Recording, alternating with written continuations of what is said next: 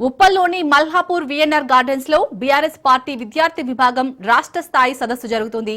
ఈ కార్యక్రమంలో chief guest గా పాల్గొన్న మాజీ మంత్రి హరీష్ రావు మాట్లాడుతున్నారు. లైవ్ లో చూద్దాం. నేను రేవంత్ రెడ్డి ఏం చేస్తుండో మీ అందరికీ తెలుసు, అది నేను లాస్ట్ లో చెప్తాను. కానీ ఈరోజు మన ఉద్యమ ట్యాగ్ లైనే నీళ్లు, నిధులు, నియామకాలు. కేసీఆర్ గారు ఎంతో ప్రయత్నం చేసి తెలంగాణ భూభాగం మీద కృష్ణా గోదావరి నీళ్లను పాలించింది. మన నీళ్లు, మన హక్కును కాపాడే ప్రయత్నం కేసీఆర్ గారు చేశారు. నిధులు తెలంగాణ బిడ్డలకే దక్కే విధంగా రాష్ట్రం ఏర్పడ్డ నాడు 62,000 కోట్ల బడ్జెట్ ఉంటే మొన్న మనం దిగిపోయే నాడు 3 లక్షల కోట్లకు రాష్ట్ర ఆదాయాన్ని పెంచింది కూడా కేసీఆర్ గారు. నియామకాలు తెలంగాణ బిడ్డలకే ఉద్యోగాలు దక్కాలని 95% నియామకాల్లో లోకల్ రిజర్వేషన్ తెచ్చింది కేసీఆర్. చాలా మంది ఉద్యోగాలు అనగానే ఒక తప్పుడు ప్రచారం చేస్తుంటారు. మన ఉద్యోగాలు మనకే దక్కాలి అంటే ఆనాడు 60-40 ఉండేది. 60% లోకల్స్, 40% ఎవరైనా వచ్చే అవకాశం ఉండేది. కానీ కేసీఆర్ గారు 2 ఏళ్లు పోరాడి ప్రధానమంత్రితో మాట్లాడి రాష్ట్రపతిని మెప్పించి 95% ఉద్యోగాలు తెలంగాణ బిడ్డలకు దక్కే విధంగా రాష్ట్రపతి ఉత్తర్వులను సవరించిండు కేసీఆర్. అది నియామకాలు. మన నీళ్లు, కృష్ణా గోదావరి నీళ్లు మన భూభాగంలో దక్కాలి, పారాలి. మన ఉద్యోగాలు మన పిల్లలకు దక్కాలి. మన నిధులు మన తెలంగాణ అభివృద్ధికి దక్కాలి అని కేసీఆర్ గారు ఆనాడు జయశంకర్ సార్ చెప్పిన నినాదాన్ని నిజం చేసి చూపిండు మన కేసీఆర్ గారు. కానీ ఇవాళ ఏమవుతుందో మీకు తెలుసు. నీళ్లు ఆంధ్రాకు, నిధులు రాహుల్ గాంధీకి పోతున్నాయి. రేవంత్ రెడ్డి పాలనలో 20 నెలల పాలనలో ఏం జరుగుతుందంటే నీళ్లు ఆంధ్రప్రదేశ్ కు, నిధులు ఢిల్లీకి పోతున్నాయి. నీళ్లు ఆంధ్రప్రదేశ్ కంటే బాబుకు, నిధులు ఢిల్లీ కంటే రాహుల్ గాంధీకి పోతున్నాయి. మరి దీనికోసమేనా ఏం జరుగుతుంది? మరి ఆ విషయాలు మీరు తెలుసుకోవాలి. ఆ విషయాన్ని మీరు బాగా అర్థం చేసుకోవాలి. ఇవాళ ఢిల్లీలో ఉన్న బీజేపీ, ఆంధ్రప్రదేశ్లో ఉన్న తెలుగుదేశం, మన తెలంగాణలో అధికారంలో ఉన్న కాంగ్రెస్, ఈ ముగ్గురు కలిసి మన తెలంగాణ హక్కులకు ముప్పు వాటిల్లో చేస్తున్నారు. మన హక్కులు దెబ్బతీసే కుట్రలు చేస్తూ ఉన్నారు. దయచేసి మీరందరూ కూడా బాగా అర్థం చేసుకొని ఆ కుట్రలను బద్దలు కొట్టాలి. అంటే బద్దలు కొట్టాలంటే ఆ కుట్రల స్వభావం ఏంది, ఆ కుట్రల స్వరూపం ఏంది, ఏ రకంగా కుట్రలు జరుగుతూ ఉన్నాయి, దానివల్ల భవిష్యత్ తరాలకు తెలంగాణకు ఎట్లా నష్టం జరుగుతుందో మీకు అర్థం కావాల్సినటువంటి అవసరం ఉంది. మీరు తెలుసుకోవాల్సినటువంటి బాధ్యత ఈరోజు మీ మీద ఉంది. జనరల్గా ప్రజలు ఎప్పుడైనా కూడా ద్రోహం జరుగుతుందని తమకు తెలియనంత వరకు పట్టించుకోరు. ప్రజలకు ఎప్పుడైతే మన హక్కులు దెబ్బతింటున్నాయి, మన నీళ్లు పోతున్నాయి, మన తెలంగాణకు ద్రోహం జరుగుతుందని తెలిస్తే ప్రజలు ఊరుకోరు, తిరగబడతారు. అందువల్ల ఆ ప్రజలను చైతన్యం చేయాల్సిన బాధ్యత మన మీద ఉంది. రేపటి భవిష్యత్ నాయకులుగా, రేపటి తరం యువకులుగా మీరు ఈ జరుగుతున్న అన్యాయాల్ని, వివక్షను మీరు అర్థం చేసుకోవాలి. ఆ వివక్షను ప్రజల్లోకి బలంగా తీసుకుపోవాలి. మన హక్కులు మనం కాపాడుకోవాలి. తెలంగాణ ప్రయోజనాలను మనం నిలబెట్టుకోవాల్సినటువంటి బాధ్యత మన మీద ఉంది. కాళోజీ గారు ఒక మాట చెప్పారు, ప్రాంతేతరుడు ద్రోహం చేస్తే ప్రాంతం పొలిమేరల దాకా తరిమి కొట్టండి, ప్రాంతం వాడే ద్రోహం చేస్తే ప్రాంతంలోనే పాత్ర పెట్టండి అని ప్రముఖ కవి కాళోజీ గారు చెప్పారు. ఇలా ప్రాంతేతరుడు ఎవరు?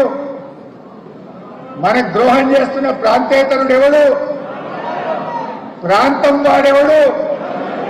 సహకరిస్తున్న ప్రాంతం వాడెవడు?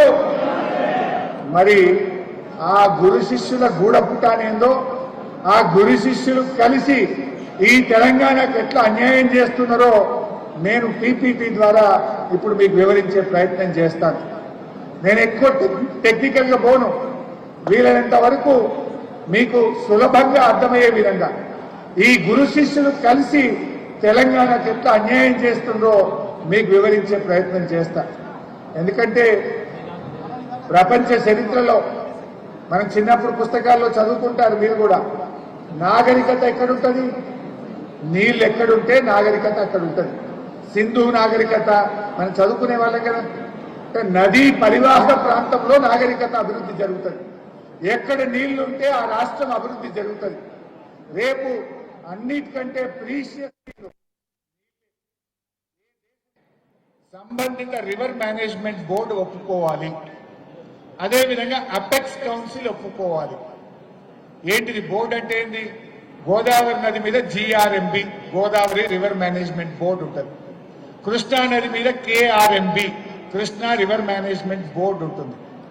సో ఆ నది మీద ఏదైనా ఒక కొత్త ప్రాజెక్టు చేపడితే ఆ బోర్డు అనుమతి తీసుకోవాలి. బోర్డులు ఎవరు ఉంటారు? కేంద్రానికి చెందిన ఇంజనీర్లు, తెలంగాణ ఇంజనీర్లు, ఆంధ్రప్రదేశ్ ఇంజనీర్లు ముగ్గురు ఉంటారు. దాని ఆమోదం పొందాలి. అపెక్స్ కౌన్సిల్ కేంద్ర జలవనరుల మంత్రి చైర్మన్ గా, తెలంగాణ ముఖ్యమంత్రి, ఆంధ్రప్రదేశ్ ముఖ్యమంత్రి సభ్యులుగా అపెక్స్ కౌన్సిల్ ఉంటుంది. ఇటు బోర్డు ఒప్పుకోవాలి, అటు అపెక్స్ కౌన్సిల్ ఒప్పుకుంటేనే కొత్త ప్రాజెక్టు ఏ రాష్ట్రమైనా ప్రారంభించాలి అనేది పార్లమెంట్ లో మన రాష్ట్రం ఏర్పడ్డప్పుడు బిల్లు పాస్ అయినప్పుడు విభజన చట్టంలో పొందుపరచడం జరిగింది. సో దాని ప్రకారంగా ఇప్పుడు వాళ్ళు గోదావరి బంకచెర్లకు కట్టమంటున్నారు. మరి గోదావరి బంకచెర్లకు GRMB అనుమతి తీసుకోవాలి కదా, అదేవిధంగా అపెక్స్ కౌన్సిల్ అనుమతి తీసుకోవాలి కదా. ఏదీ లేదు. GRMB అనుమతి లేదు, అపెక్స్ కౌన్సిల్ అనుమతి లేదు. ఢిల్లీ మా చేతులు ఉంది కదా అని రాత్రికి రాత్రి డైరెక్ట్ గా DPR ను CWCకి పంపినరు, టెండర్లు పిలిచే కార్యక్రమాన్ని ప్రారంభిస్తున్నారు. నెక్స్ట్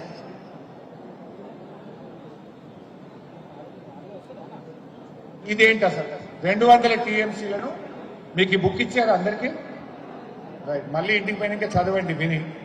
200 TMCలు హక్కుగా మార్చుకునే కుట్ర.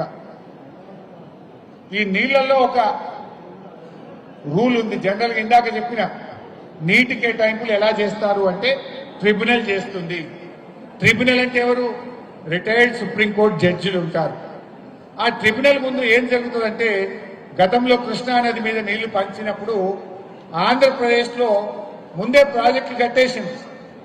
కట్టి ఏమంటారు, అరే మేము ఆల్రెడీ 1000 కోట్లు ఖర్చు పెట్టినాం, ప్రాజెక్టు కట్టినాం, దాని కింద ఆల్రెడీ ఇన్ని లక్షల ఎకరాలు పారుతుంది, మరి ఇప్పుడు నీళ్లు కేటాయించకపోతే ఎట్లా? మీరు 1000 కోట్ల పబ్లిక్ మనీ వేస్ట్ అవుతుంది కదా, ప్రజాధనం వృధా అవుతుంది కదా. అయినా మా రైతులు ఇప్పటికి 20 ఏళ్లకెళ్ళి 10 ఏళ్లకెళ్ళి నీళ్లు వాడుతూనే ఉండే, బతికనే బట్టే ఇప్పుడు నీళ్లు ఇవ్వకుండా ఎట్లుంటావు? ఇది మా హక్కు. దాన్ని రైపేరియన్ రైట్స్ అంటారు. Riparian rights. ఇది మా హక్కు, ఇది మా రైపేరియన్ రైట్, మాకు నీళ్లు కేటాయించాల్సిందే అంటారు. అప్పుడు ఏం చేసినాయి ట్రిబ్యునల్స్ గతంలో ఈ దేశంలో కానీ కృష్ణానది మీద కానీ? ఆల్రెడీ కట్టిండ్రు, 20 ఏళ్లకెళ్ళి వాడుకుంటున్నారు, 10 ఏళ్లకెళ్ళి. మరిగా దానికి ఇప్పుడు నీళ్లు ఇవ్వకపోతే అది వేస్ట్ అవుతుంది కదా, నేషనల్ మనీ కదా, నేషనల్ వేస్ట్ కదా అని నీళ్లు కేటాయిస్తుంటారు. ఇప్పుడు అదే కుట్ర ఆంధ్రప్రదేశ్ చేస్తున్నారు గోదావరిలో. కృష్ణలో చేసింది ఆ పని వెంకట. ఇప్పుడు గోదావరిలో కూడా ఏంది, బనకచెర్ల కట్టేసి నీళ్లు వాడుకొని రేపు ట్రిబ్యునల్ వస్తుంది మళ్ళీ గోదావరి మీద. ట్రిబ్యునల్ వేయమని ఆల్రెడీ లెటర్ ఇచ్చింది వాళ్ళు.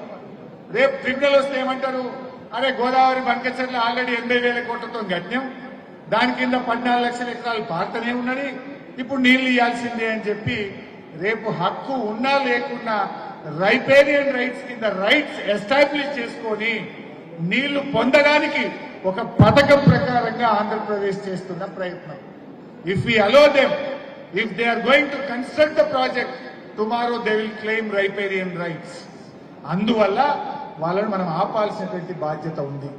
అంటే 3-4 రకాల దెబ్బలు తగులుతాయి మనకు. ఇది ఒకటి, రైపేరియన్ రైట్స్ కింద అదనపు జలాలను గోదావరి నదిలో పొందడానికి వాళ్ళు నీటి కేటాయింపు లేకపోయినా అక్రమంగా కట్టి రేపు నీళ్లు పొందడం కోసం వాళ్ళు చేస్తున్నటువంటి ప్రయత్నం.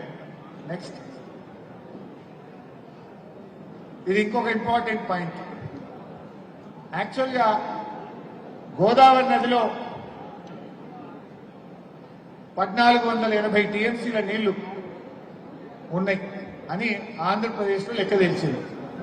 ఆ 1480లో ఉమ్మడి ఆంధ్రప్రదేశ్లో మనం కలిసిన నాడే 967 తెలంగాణకు, 513 ఆంధ్రాకి కేటాయించింది. 967, 513 రెండు రాష్ట్రాలకు కేటాయించిండ్రు. దానికి అనుగుణంగా ప్రాజెక్టుల రూపకల్పన జరిగింది. ఆ కేటాయింపును రాష్ట్రం విడిపోయేటప్పుడు అసెంబ్లీలో కూడా పెట్టింది. తెలంగాణ ఆంధ్రప్రదేశ్ ఆ బిల్లు అసెంబ్లీకి వచ్చినప్పుడు, ఆ బిల్లు అసెంబ్లీలో చర్చ జరిగినప్పుడు దాంట్లో బిల్లులో భాగంగా కూడా పెట్టారు. కానీ ఆంధ్రప్రదేశ్ ఏమంటుంది, 2023 దాంట్లో స్పష్టంగా వాళ్ళు ఈ 967 కూడా వ్యతిరేకిస్తుంది. In this regard it is to submit that self proclaimed earmarked share of 967 TMC of Godavari water of Telangana state, which was communicated to the CWC Ministry of Jal Shakti while seeking clearances for DPR of the new projects in Godavari basin by Telangana state, was objected and denied already by the state of Andhra Pradesh, stating that there is no such earmarked share of Telangana state accepted by Andhra Pradesh state in letter addressed while 6th seated. ఇంకా detail ఉంది, మీరు చదవండి book లో. ఏమంటాడు, ఆ 967 తెలంగాణకు కేటాయించింది self అంటే మనమే సొంతగా చెప్తున్నాము, దాన్ని మేము ఒప్పుకోము. ఆ 967 టీఎంసీలు గోదావరిలో తెలంగాణకు వాటా లేదు అని వ్యతిరేకిస్తూ ఢిల్లీకి మినిస్ట్రీ ఆఫ్ వాటర్ రిసోర్స్ కు ఆంధ్రప్రదేశ్ రాసిన లేఖ. ఇప్పుడు ఏమంటున్నాడు చంద్రబాబు, అరే మీరు ప్రాజెక్టులు కట్టుకోగా వద్దన్నామా, 967 మీరు తీసుకున్నారు కదా, ఈ కిందిది నేను తీసుకుంటే ఏంటి అంటాడు. బిడ్డ మరి 967 ఎందుకు వ్యతిరేకించడం? ఫస్ట్ ఈ లెటర్ ఉపసంహరించు. తెలంగాణ ప్రాజెక్టులను వ్యతిరేకిస్తూ రాసిన అన్ని లేఖలు వాపస్ తీసుకో. ఈ 967 తెలంగాణ హక్కు అని ఒప్పుకో. ఇది ఒప్పుకోడట, మన ప్రాజెక్టులు అడ్డుకుంటాడట, మళ్ళా కొత్తగా గోదావరి బంకచర్ల అని నీళ్లు ఎత్తుకపోతాడట. ఇది ఎట్లా కరెక్ట్ అవుతుంది? వరద జలాలు అంటున్నావు, అసలు వరద ఎంతున్నది? ఆ వరదల నీళ్ళెక్కేంత మాలెక్కేంత నువ్వు తేలాలన్నా వద్దా? అది తేలకుండానే నీళ్లు తీసుకుపోతావు.